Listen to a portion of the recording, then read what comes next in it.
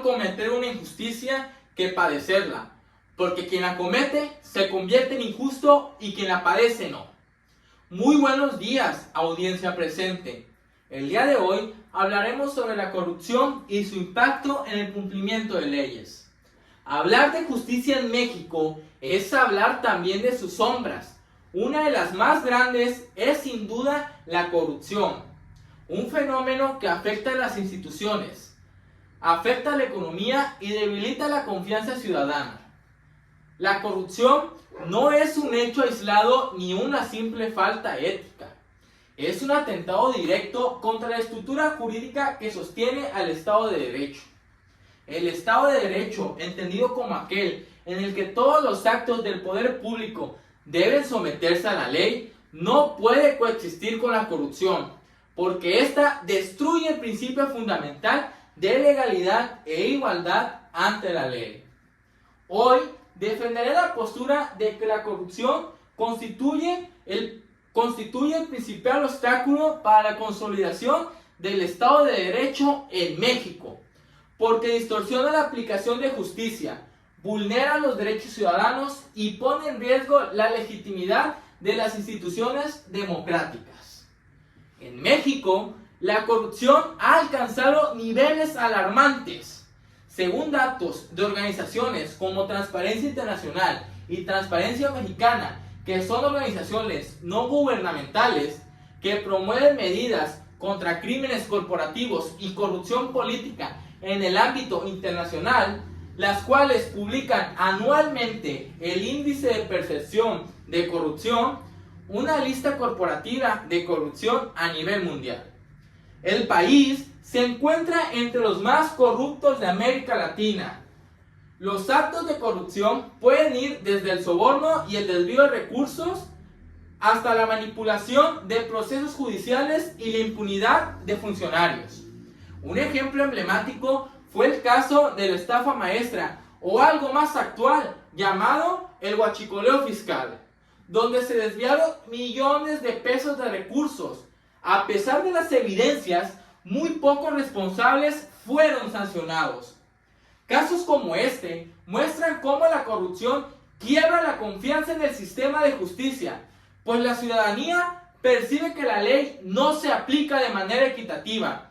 El problema jurídico que nos ocupa es claro.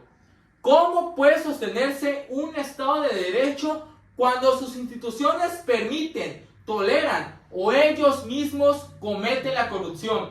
La respuesta es contundente: no se puede.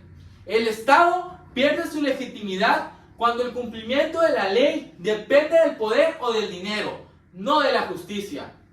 Por eso planteo los siguientes puntos. Número 1. La corrupción vulnera el principio de legalidad, base del Estado de Derecho. Número 2. La corrupción genera desigualdad e impunidad, destruyendo la confianza de la justicia. Número 3. El combate a la corrupción requiere no solo leyes, sino una transformación ética y cívica. La corrupción constituye una violación sistemática al principio de legalidad establecido en el artículo 16 de la Constitución Política de los Estados Unidos Mexicanos y por tanto es incompatible con un verdadero Estado de Derecho. El artículo 16 constitucional establece que nadie puede ser molestado en su persona, familia, domicilio o posesiones, sino en virtud de un mandamiento escrito de autoridad competente, fundado y motivado. Este principio, la legalidad, es el corazón del Estado de Derecho. Cuando un funcionario actúa por interés personal o económico, rompe este principio y convierte a la ley en un instrumento de beneficio particular. La Convención Interamericana contra la Corrupción, ratificada por México, obliga al Estado a prevenir, detectar, sancionar y erradicar la corrupción. No obstante, su aplicación ha sido insuficiente. La corrupción genera impunidad, porque quienes deben aplicar la ley terminan violándola. Desde un razonamiento deductivo, si el Estado de Derecho requiere la sujeción de todos a la ley y la corrupción consiste precisamente en violar la ley para obtener beneficios personales, entonces donde hay corrupción no puede existir Estado de Derecho. Además, según el artículo 113 constitucional, los servidores públicos deben actuar bajo los principios de legalidad, honradez, lealtad e imparcialidad.